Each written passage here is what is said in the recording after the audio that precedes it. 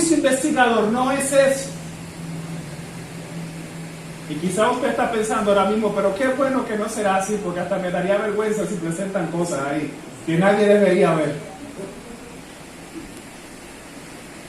Bueno, aunque usted no va a estar presente al momento de ser juzgado, es bueno que usted sepa que según el texto que leyeron los muchachos, las damas al principio, al introducir el texto de Daniel 7:10, todo el universo está concentrado en ese juicio y en los libros que vamos a ver hoy.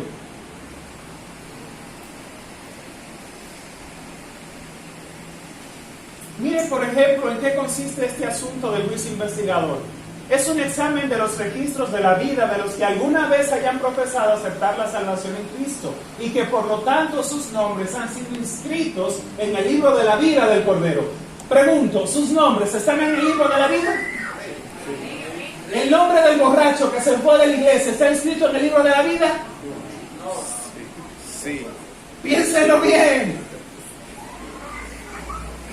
El nombre del alcohólico, el nombre del ladrón que estaba en la iglesia y se bautizó, ¿no está en el libro de la vida? No está en el libro de la vida.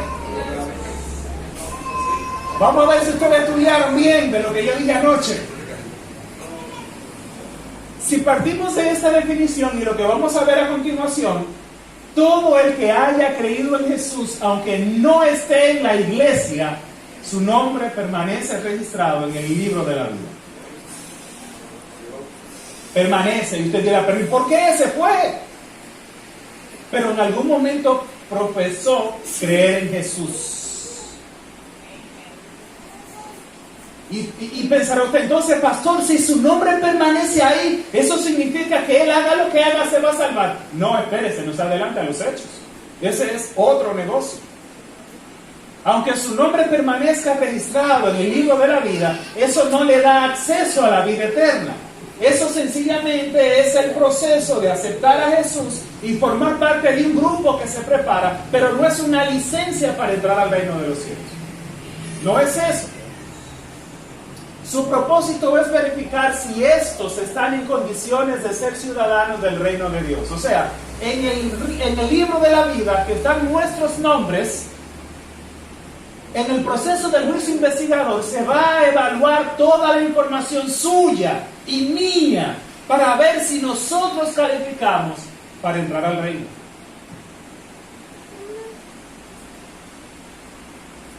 No es tan sencillo como parece, ¿verdad? Para nosotros no, pero para Cristo sí. Por eso el ser humano tiene que aprender. Tú no vas a ir al cielo por lo que haces, es por cómo dependes de Dios. No es hacer, es depender, y nos cuesta entender eso. Y aquí se va a evaluar todo ese proceso en el juicio investigador. Miren, por ejemplo, la importancia de este proceso. La intención de Cristo, la intercesión de Cristo por el hombre en el santuario celestial es tan esencial para el plan de la salvación como fue su muerte, ¿dónde? Sin el proceso del juicio investigador, la muerte de Jesús en la cruz no sirve de nada. No sirve de nada. Sin este proceso, la sangre de Jesús no sirve. Porque si no usamos la sangre de Jesús para que cuando se haga el proceso me encuentre limpio, entonces no tiene efecto en mí la sangre de Jesús si no me investigan. De ahí que el primer día decíamos que es necesario que nuestros nombres sean investigados, sean evaluados, porque ahí se va a verificar nuestra conexión con Dios. ¿Qué tanto dependimos de Dios en todo tiempo? Con su muerte dio principio a aquella obra cuya conclusión ascendió al cielo después de su resurrección. Recuerden que anoche hablábamos de que durante 18 siglos los pecados del ser humano eran perdonados, pero no eran ¿qué cosa? No eran borrados. Durante 18 siglos, desde que Cristo murió y ascendió, hasta 1844, el que se arrepentía era perdonado, pero su pecado todavía no había sido borrado. Hasta que iniciamos el proceso del juicio investigador, Ahora, no hay una fecha exacta para la segunda etapa, pero para la primera sí, y es lo que les acabo de mencionar. El juicio investigador dio inicio en 1844, cuando Jesús pasa del lugar santo al lugar santísimo. Recuerde que ahí termina la profecía de las 2300 tardes y mañanas, dando a entender lo que dice el profeta, que después de eso, entonces el santuario será ¿qué cosa? Que es lo mismo, decíamos anoche, que lo que el sacerdote hacía una vez al año, purificar el santuario de todos los pecados del pueblo. Ahora, en el santuario celestial, el verdadero tabernáculo, también se guardan registros de las conductas de los hombres. Tanto Daniel como Juan enseñan que los libros fueron abiertos. Y vamos a ver algo especial en estos libros. Las Sagradas Escrituras nos hablan de dos libros o clases de libros: el libro de la vida y el libro de las memorias.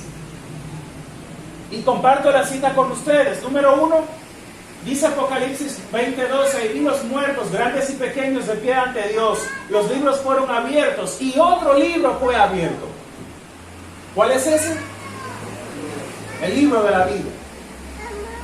Miren lo que dice entonces el profeta Daniel, que fue la lectura bíblica: un río de fuego procedía y salía de delante de él, miles de millones le servían y millones de millones estaban delante de él. El juez se sentó y los libros fueron ¿qué cosa? Lo que nos enseña entonces que tanto Apocalipsis como Daniel nos hablan de la importancia de los libros en el proceso del juicio. Los libros fueron abiertos, y cuando vamos a Daniel capítulo 7 nos damos cuenta que el juicio investigador no es un proceso aislado. O sea, Dios no está llevando a cabo el juicio investigador en una habitación privada. Eso hay un registro de todas sus costumbres. Es decir, que en el libro de la vida y en el libro de las memorias está contenido todo lo que usted es. Por lo tanto, su presencia física no es ¿qué cosa? Necesaria. Porque ya Dios tiene un registro ahí que el universo puede ver. Dicho sea de paso, los libros no son para Dios y Cristo. Son para el universo que no puede ver lo que usted y yo pensamos. Así que el juicio investigador es un proceso que debiéramos pensar con mucha intención de entenderlo. Porque estos libros tienen un contenido que vamos a ver a continuación, que nosotros debiéramos evaluar día tras día. Entonces los que temían a Jehová hablaron entre sí. Jehová escuchó y oyó, y fue escrito entre él un memorial. Dice Malaquías, ese es el libro de memorias. Ahora, ¿qué registran los libros? Mira esta cita de Cristo en su santuario, página 116, dice la sierva de Dios: a medida que los libros de registro se van abriendo en el juicio, las vidas de todos los que hayan creído en Jesús pasan ante Dios para ser examinadas por él.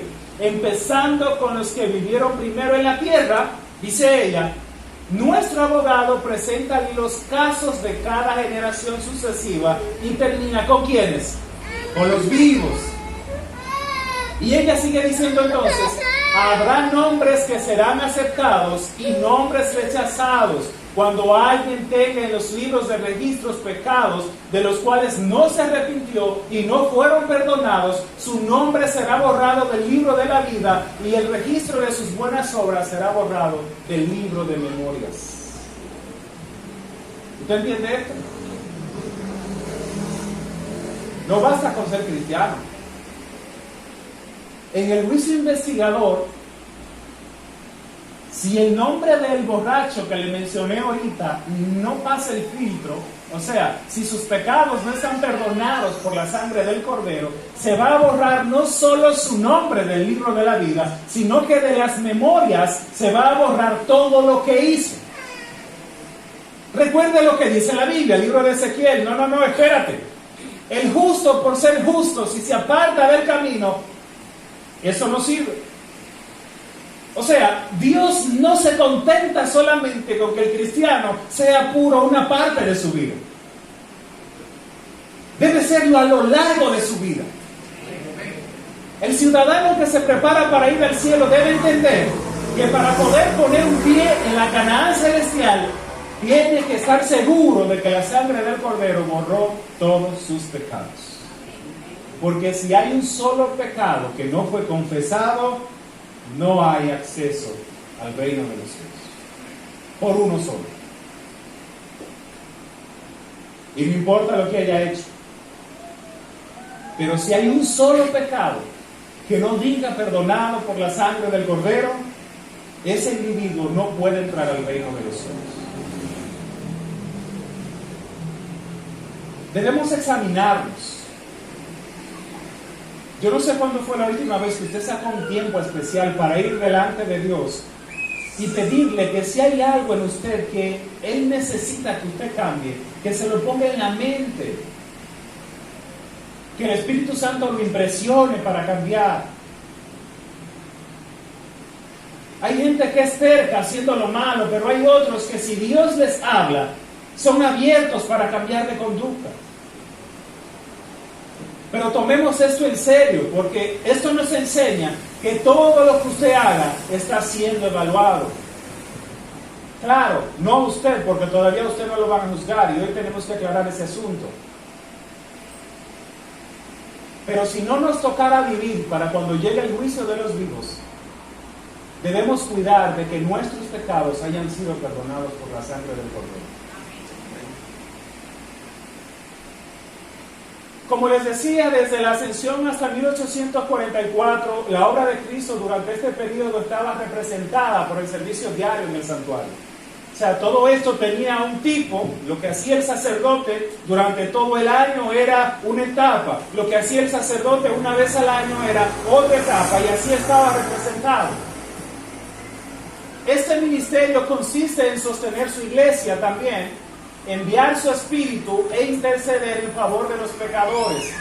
Desde 1844 hasta la segunda venida de Cristo sucede lo siguiente. La obra de Cristo desde ese entonces es lo que conocemos hoy como el juicio investigador.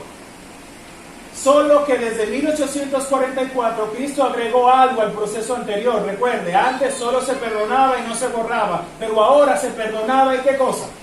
Se borra. Porque ahora el proceso es completo. No va a haber un proceso después del juicio investigador. El que no se salvó en esta, no hay forma de que entre. Porque esta es la definitiva. O aprovechas la gracia que Dios te da ahora, o la desaprovechas para siempre.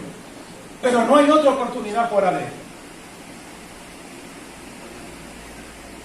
Y mire esto, lo que se borra durante el juicio son los nombres de la vida y los pecados de los libros de memorias.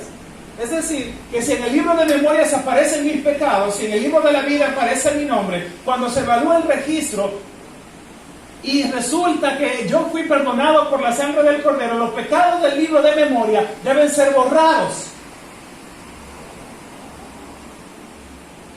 Para que cuando se haga la segunda división después del milenio, mi nombre aparezca solamente como perdonado. Y eso lo vamos a ver más adelante en detalle. Ahora, los nombres que se borran del libro de la vida son los de aquellos que, habiendo primero aceptado a Cristo, luego pecaron y se apartaron de Él, negándolo como sacrificio expiatorio. Alguien que conoció de Jesús y se fue de la iglesia, no solo se borra del registro de la iglesia, ese es el menor de los detalles. Su nombre se borra de los registros celestiales. Por ejemplo, mira este texto, Éxodo 33. Dios le dice a Moisés: al que pecare contra mí, a ese, ¿qué cosa? Dios tiene ese libro. Y al que Dios va a borrar es al que peque y no se arrepienta. Moisés quería, no, bórrame de ese libro porque yo no voy para esto. No, espérate, yo no puedo borrarte así por así. Es al que peque contra mí que yo voy a borrar. Y usted dirá, pero pastor, todos somos pecadores. Sí, pero el arte consiste en que cuando pecamos, confesemos nuestros pecados para ser perdonados. Eso es lo que hace posible que estemos allí. Ahora, ¿cuándo serán juzgados los vivos? Si nos tocara a nosotros ver esto. Mire esa declaración de la sierva de Dios. Nadie sabe cuándo será, obviamente. Pero hay una cita que yo quiero compartir con ustedes, porque aunque no hay una fecha, hay un evento. Y ese evento está ligado a nosotros como pueblo de Dios, como movimiento profético. Dice ella, para obtener popularidad y apoyo, los legisladores cederán a la demanda de una ley dominical. ¿Una ley cómo? ¿Le suena familiar el término? No como nos lo han vendido, pero la ley dominical es lo que marca el inicio de un proceso. Y mire por qué, dice ella, por el decreto que imponga la institución del papado en violación a la ley de Dios, nuestra nación, Estados Unidos, está hablando ella, se separará completamente de la justicia. Y mire el segundo pensamiento. Como al acercamiento de los ejércitos romanos fue para los discípulos una señal de la inminente destrucción de Jerusalén, esta apostasía podrá ser para nosotros una señal de que llegó el límite de la tolerancia de Dios. Ley dominical, tolerancia de Dios. Cuando en los Estados Unidos se decrete, en armonía con el poder papal, que ya la ley dominical es absoluta y que no hay marcha atrás, entonces ese detonante marca el inicio de un nuevo proceso. Y vamos a ver por qué. Hay otro pensamiento que ella tiene aquí. El pueblo de los Estados Unidos ha sido un pueblo favorecido, pero cuando restringan la libertad religiosa, renuncien al protestantismo y apoyen el papado, la medida de su culpa se habrá completado. ¿Qué pasará con la medida? Se acabó. No más. Y usted preguntará, pero ¿y qué tiene que ver Estados Unidos en esto? Bueno, Estados Unidos tiene un papel céntrico en el desarrollo de las profecías bíblicas. Es conocido como el país de la libertad religiosa. Ahora, cuando el país de la libertad religiosa impone una ley donde ya no es permitida la libertad religiosa, cuando el único que lo permitía ya no lo permite, ¿qué significa eso?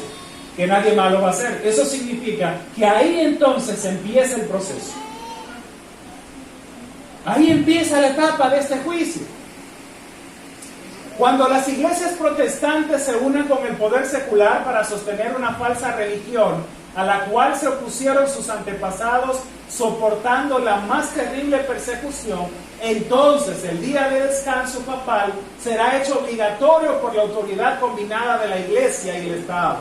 Habrá una apostasía nacional que determinará tan solo la ruina de ¿qué? De la nación.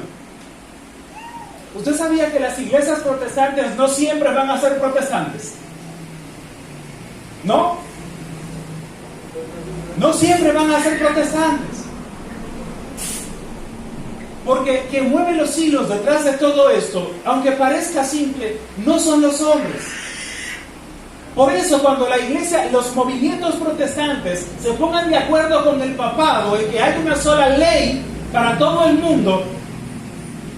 Yo no sé si ustedes vieron hace unos días, alguien compartió un anuncio de una situación que estaba surgiendo con Starbucks.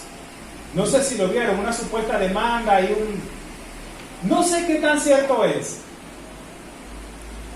Pero me llamó la atención, yo leí el contenido, me llamó la atención porque alguien hablaba sobre las personas que no actúan conforme a las leyes que los demás siguen. Los ven como extraños, los ven como rebeldes. Y eso mismo va a ser el pueblo adventista para el resto del mundo. Son extraños y son rebeldes porque no se suman al movimiento de la mayoría. Cuando se acabe la libertad religiosa, entonces empezará el juicio de los vivos, porque recuerden que inmediatamente empezará el proceso de sellado, el sello de Dios y la marca de ¿quién? ¿Y cuál es el sello de Dios? ¿Y cuál es la marca de la bestia? Es decir, que todo aquel que escucha acerca del sábado y se quede con el domingo, habrá sido marcado ¿con quién?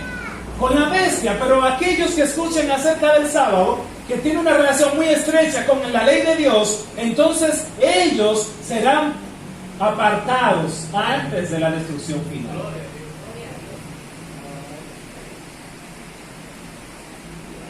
Y nos preguntamos entonces, ¿y dónde estaremos nosotros los que guardamos el sábado por mitad?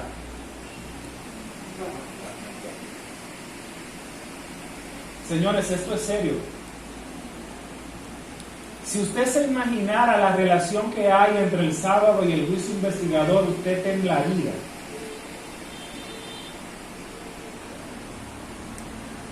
Y a veces nosotros los adventistas entendemos que el sábado lo violamos con frecuencia. No le voy a dar vueltas al asunto. Tristemente, ya ni siquiera la hora para algunas personas, yo sé que hay gente que lo hace, pero hay otros que no, ni siquiera se preocupan por ver la hora para recibir el sábado. No lo despiden en su hogar. El sábado les llega como un día común. Las horas sagradas son solo, ok, un día. Cuando pasa ese día, yo me reintegro, pero no significa nada. Señores, el sello de Dios en la mente de sus hijos debe marcar la diferencia. Porque muchos que están sentados en las iglesias, cuando venga la ley dominical, ¿sabe qué va a pasar con ellos? Como nunca guardaron el sábado, se van a ir. Porque nunca temieron a Dios. Estaban en la iglesia porque no había nada que los presionara para salir. Pero como ahora hay una ley que donde tiene que decidir obligatoriamente, tiene la lucha mental. O me quedo o me voy. Pero como no tengo un compromiso con Dios, ¿qué hago? Me voy. ¿Usted entiende este asunto? Y justo ahí, en el juicio de los vivos, es donde nosotros tenemos que tener el mayor cuidado. No sabemos cuándo será esto. La señal es esta, la ley dominical. Pero no sabemos en qué tiempo será. No importa cuándo sea, pero ya sea. Mucha gente se pregunta por qué Dios no destruyó a Satanás cuando se reveló en el cielo. Simple. Todo es parte de algo y esto es una cadena. Dios está dejando que todo se complete para que el universo vea en el momento del juicio que Satanás no tiene razón y que el pecado solo causa dolor, separación y muerte. Pero nunca más habrá una criatura que se levante a cuestionar la libertad y el gobierno de Dios. Porque el universo quedará convencido de que las leyes de Dios son justas, y lo veremos a continuación. Dice el texto aquí del hermano White: Satanás, con sus esfuerzos para engañar y tentar a nuestra raza, había pensado frustrar el plan divino con la creación del hombre. Pero Cristo ahora pide que este plan sea llevado a cabo como si el hombre jamás hubiese, ¿qué cosa? Él pide redención total. Pide para su pueblo no solo el perdón y la justificación plenos y completos, sino además participación en su gloria. ¿Y un asiento dónde? ¿Un asiento dónde? ¿Y qué era lo que quería Satanás? ¿Un asiento dónde? Pero nunca lo tuvo. Y ahora Jesús le está diciendo a Satanás: lo que tú querías por la fuerza y que nunca tuviste, yo se lo voy a dar a los redimidos porque yo quiero que lo tengan. Amén.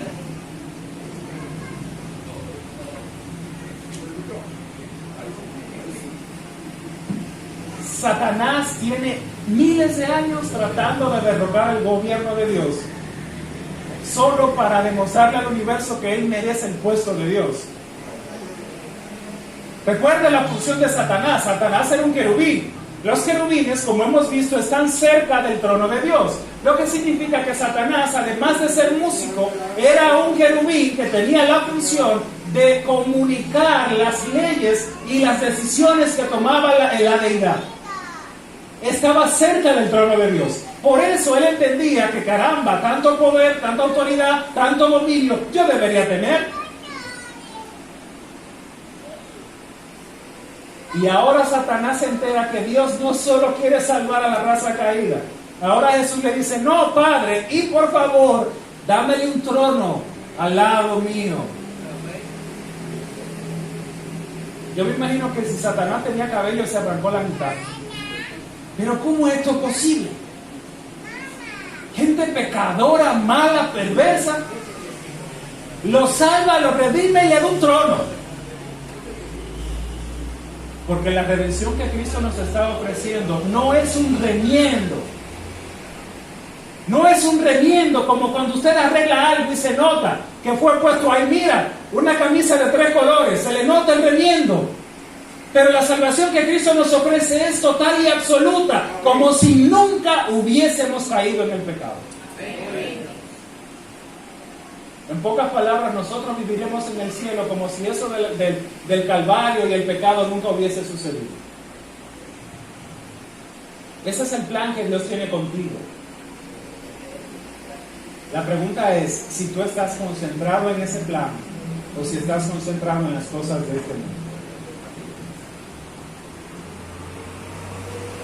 ¿Cuál es tu prioridad? Mientras Cristo intercede, ¿qué estás haciendo tú con tu vida? ¿Qué hacemos? Y mira este texto que dice ella a continuación. Eso es bonito. Mientras Jesús intercede por los súbditos de su gracia, Satanás los acusa ante Dios como transgresores. El acusador en acción todo el tiempo. Ahora él señala el registro de sus vidas. O sea, Satanás dice, pero por Dios, tú no te estás dando cuenta que Roberto es un pecador de los más malos. Pero míralo, ahí lo dice en ese libro. O sea, Satanás usa el registro de los libros para señalar nuestras faltas. Porque no conforme con habernos tentado, nos acusa delante del Padre. Y no solo eso, dice el texto. Habla de las faltas, de los defectos de carácter, la falta de semejanza con Cristo, lo que deshonró a su Redentor, todos los pecados que los indujo a cometer, y a causa de estos los reclamó